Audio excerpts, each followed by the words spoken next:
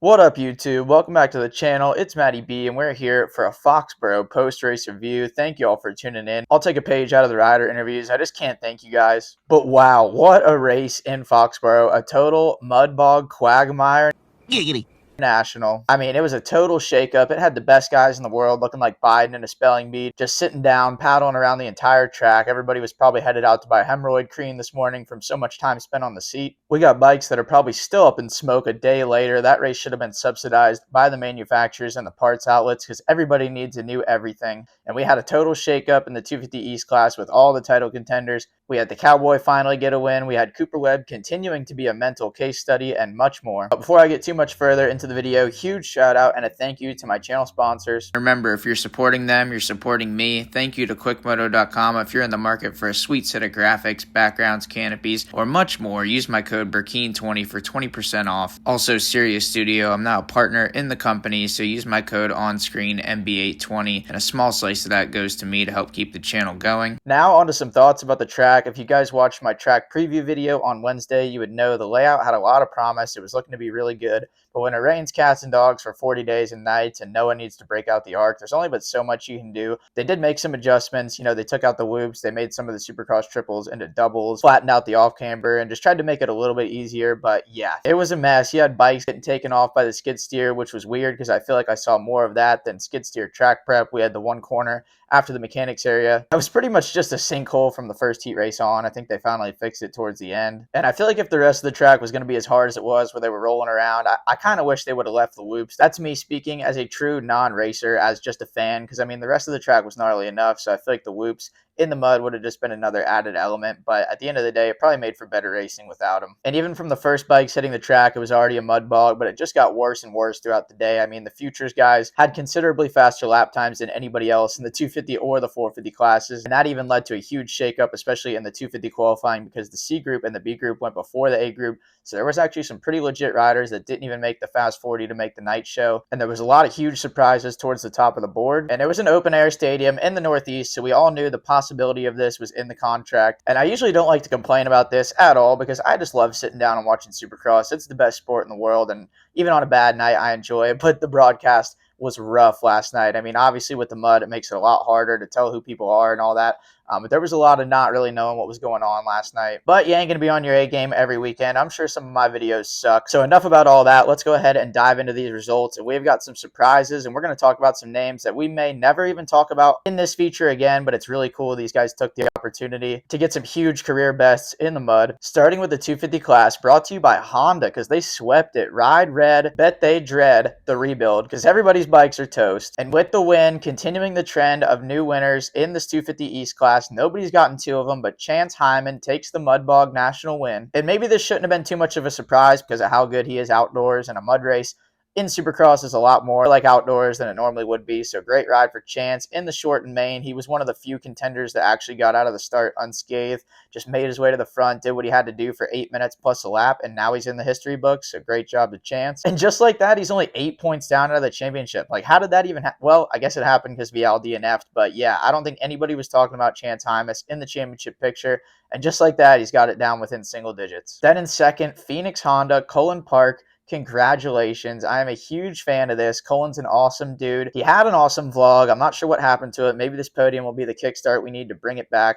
But the dude's obviously a good mud rider. He's got a really tall build. He's really strong, and obviously he used that to his advantage in the mud. Brought it home for his silver, a career best by far, and just another addition to possibly the most surprising podium in Supercross I've ever seen, because then we have third place, Gage Linville, from down in the first turn somehow all the way back to third. And a lot of people may not know this because it's been a while, but Gage was an absolute legend, phenom on a 50. He took a lot of years off from maybe the young 65 class until all the way on big bikes, and then he had to try to rebuild himself. So this kid has more talent than anybody probably even knows, and really cool to see him land on the box. This may not be an opportunity that he'll ever have again, and I don't mean that as hate at all. Supercross is gnarly, and the mud race just presents opportunities that aren't typically there. So congratulations to Gage, and congratulations to the Dirt Bike Depot team. I bet you getting a podium was not on on their bingo card, but they'll take it. Then in fourth, this is a personal favorite of mine, Justin Rodbell. How about the interview on TV? I saw a meme that said something about when you realize it wasn't a microdose because his eyes were so wide because he couldn't believe where he was at. My boy's working HVAC during the week. He borrowed a bike from Mason Kerr, and can you imagine getting that bike back after the thrashing it did? Unbelievable. What a good friend to loan the bike, but that was really cool. Dude's been in the 450 class all year and hasn't made one main. He's been struggling, dropped down. He's a mud guy. He's always good in the mud, and he almost lands it on the box, gets a TV interview and all that. And I think I even saw that the dude's getting a raise for doing HVAC during the week. So great job, Justin Rodbell. Interview of the year. Quiet fifth for Dax Bennick. I don't remember seeing him or hearing from him all day or night, but he was one of the top factory riders in the top 5. Then after that, we got a massive jumble of results. Tons of names that you wouldn't typically see up this far in the results, but they took advantage of the opportunity. So great job to Lance Kobush, Kurt Busch in the 6th spot, Jack Chambers in 7th. Dude probably thought he was at an MXGP in Portugal or something. 8th for Mark Phineas. Fastest qualifier on a brand new team and a top 10. I'd say that's a solid debut. And then down to 9th for Seth Hamaker. And what a crazy race to where the best finish out of the 3 title contenders is a 9th. I don't think I've ever seen anything like it. And Seth did everything he needed to do off the start. He was in a perfect position, and he got RJ'd. RJ washed the front end right into him and just carpet bombed Seth. So there wasn't much he could have done about that one. But at least he kept from disaster. He didn't DNF or anything. And even though 9th sounds like a bummer, I mean, he gained a lot of points, and now he's tied for the points lead. And I couldn't tell you guys how stoked I was whenever that graphic came on TV and showed that Seth Hamaker was tied for the lead. This is one of the best dudes in the pits. Such a genuine, awesome kid.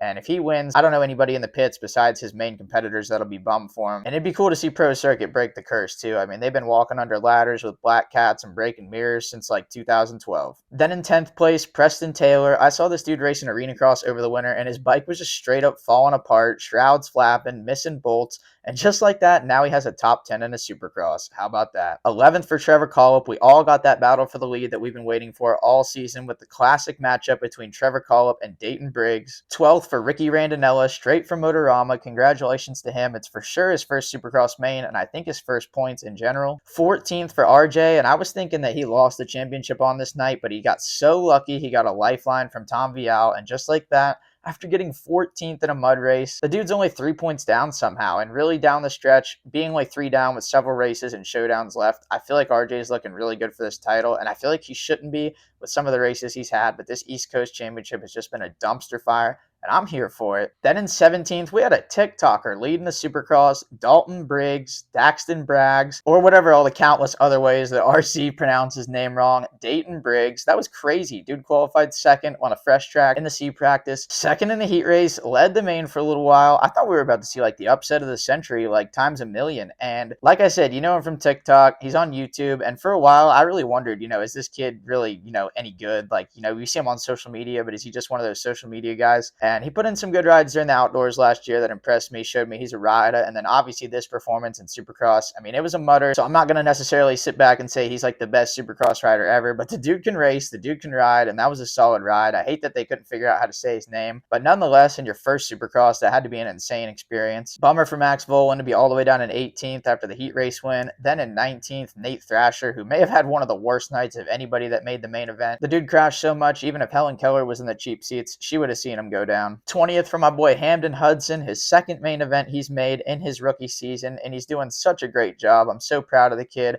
I think it was last year his dad had him working for the family insurance business, so I think he got scared straight with that job, really started putting in the work extra, and his improvement's been insane. The trajectory he's on, I would have never expected this out of him, so great job Hamden Hudson. And then 22nd place, Tom Vial, now tied for the points lead after taking home 0 points in Foxborough, and I would have never expected this out of the guy, especially out of Mutter. He's a 2-time MXGP champion, so I feel like he's done it all.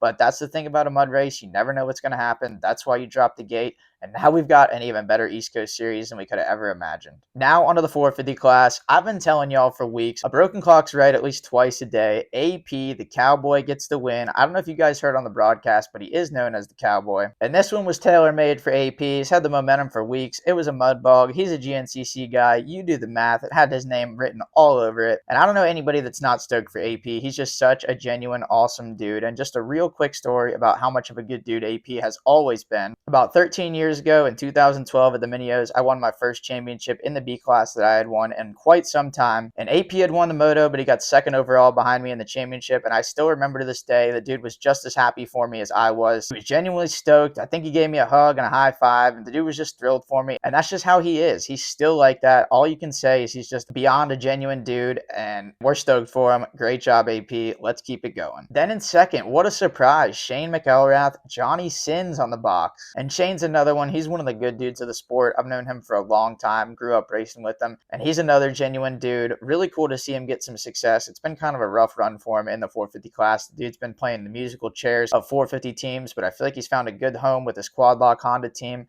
And now he's got a podium to his name. And with more open air stadiums, we may see more of these mud races. So this could be just the start of a quick little run for McElrath here. Then in third, I don't know how the guy does it. I really don't. Cooper Webb, this guy should be a case study. Whenever he's finished, extract the brain and run some tests, because this dude is insane in the membrane. I mean, I think he was in like sixth when the white flag flew, and then he just goes beast mode and blows by everybody in the mud. And if you watched on TV, 2 laps to go, it looked like he could barely get around the track. And then white flag comes out, the dude smells blood and just blows by everybody. I'll really never understand it. I've never been able to be like that. What you see is what you get with me. But with Coop, he rises to the occasion. Even when it's not his night, he turns it into his night. And now that points lead is back at 15. And I've been saying it for weeks. I'm just going to repeat myself. Cooper Webb will be your 2025 Supercross champion. Then in fourth, Kickstart Kenny. A great ride for him to be fourth after dealing with several injuries. The shoulder's already been an issue. Then he tweaked up the ankle in practice. So not much going right in the Roxon camp right now, but to still be fourth after all that, that's definitely positive. Then in fifth, Justin Barcia. I had a feeling this win would be between him and AP, and Barcia didn't quite get off to a great start, and AP was off to the races. But bit of an eventful night for Barcia, actually. He had speed, but a lot of mistakes, some crashes, and he was looking cattywampus out there. I feel like he definitely saw the opportunity to get the win, and maybe was a little overzealous, sending it a little bit too hard, but I think he's going to have more opportunities to make hay while the sun is absolutely not shining. Then in sixth, Chase Sexton. I feel like this was a huge missed opportunity for him to gain some points on Cooper Webb, because I think it's pretty clear that Chase Sexton is the better mud rider, skill set wise for sure. I mean, in that heat race, he beat Webb by 30 seconds. But the thing is, that heat race doesn't matter, and Webb knows that. When it counted in the main event, he wasn't able to make it happen, and now that points lead's right back where it was before we had that break. And this one's far from over. It really is, but I just think it's going to be tough for Chase, when he gives up these opportunities on nights where he should be able to gain points. When you do a 180 and lose points on nights like that, it really makes it tough in the long run. Then in seventh, Beta Benny Bloss. I think that's got to be a season best, maybe a best ever for the Beta. And the dude's so tall, it had to have been easy for him, just running the bike around like he was doing a mud run. Eighth for Colt 45. Stoked to see my boy in the top 10. Colt 45 is another one of the good dudes of the sport, and he's had a rough season. Coming in injured from World Supercross, he's just been trying to build back into it. And that's really hard to do whenever you're racing the best in the world every weekend. But an eighth is something to build on. He must not have stalled it, because if he did, he'd still be kicking it today. Then in ninth, this is a cool story. Logan Leitzel, straight from MX Simulator. The dude had never made a 450 main before. Goes straight through in the heat and then gets a ninth. I think the dude still can't believe what happened. And that's the thing about these mud races. You get names in positions that you would have never thought before. And I'm sure this is a night Logan Leitzel will never forget, so great job to him. Then last but not least, in this 450 class, 13th for Malcolm Stewart. And my only question is, how did he even make the main? I swore during the heat race it said he was 4 laps down, and he crashed like 19 times. So I don't know if there was a transponder glitch or what, but color me confused. And can't forget, we had the SMX Next disaster. I've never seen so many crashes and blown up bikes. We had Cade Johnson, Landon Gordon, and Luke Fowler on the podium. And poor Vincent Way, he gave himself his second concrete comb over hitting the wall in the second consecutive Futures race. That's not a trend you want to continue on. I mean, even I knew better than to hit a wall more than once. But that's it for this week. I hope you guys enjoyed. And remember, let me know in the comments what you think about my takes. If you agree, if you disagree, if you think I'm cooked. If you want to throw shade, I don't care. Send it my way. And next weekend, we'll be in Philadelphia in another open-air stadium. And it's still 6 days out, so take this with a grain of salt. But there's already rain in the forecast, so we might be seeing a repeat from this weekend. But thank y'all for watching. Catch y'all next time.